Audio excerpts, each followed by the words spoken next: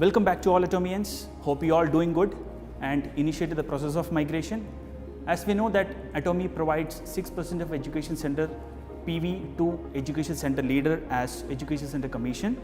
So today we'll explain about education center, which includes purpose and responsibilities of education center and the education center leaders, and the requirement of education center and the requirement of pre-authorized education center.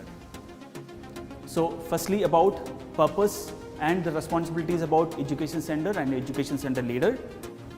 The purpose of education center is to train and educate the Atomy distributors and the prospective distributors about Atomy vision, philosophy, foundation, values, motto, and the overview of Atomy company.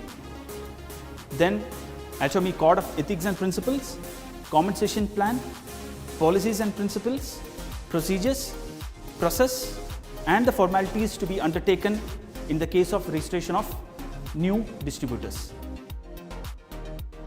Demonstration and direction for use of the products to Atomy direct sellers. Proper, efficient, and smooth management of the education center. Promotional, educational, and marketing activities to boost the sales in the education center's vicinity. Adequate facilities for the receipt, storage, and handover of the consignment to the distributors who have had the shipment delivered at the education center. Volunteer during Atomy one-day seminar, success seminar, and other seminars. Attend training programs and education center leader meetings as may be organized and provided by Atomy India. Market research and data collection, information, feedbacks on Atomy products and services. Next is about the criteria of the education center. First is about the education center area. Center area should be more than 800 square feet. Next is about the location to be chosen for education center. Center should not be in a shopping mall, residential premises, ground floor that can be mistaken as a shop.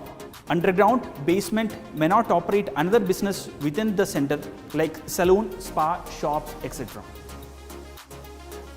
Education center should have capacity to accommodate at least 20 people, and no other education center should be operational within 0.5 kilometers of radius.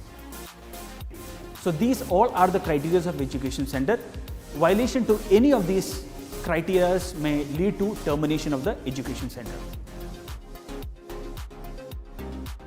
The next part is criteria for pre-authorized education center. Pre-authorized means the education center allotted under certain criteria which should be achieved in the prescribed time as per Atomy India Education Center guidelines. So now we'll see the criteria one by one.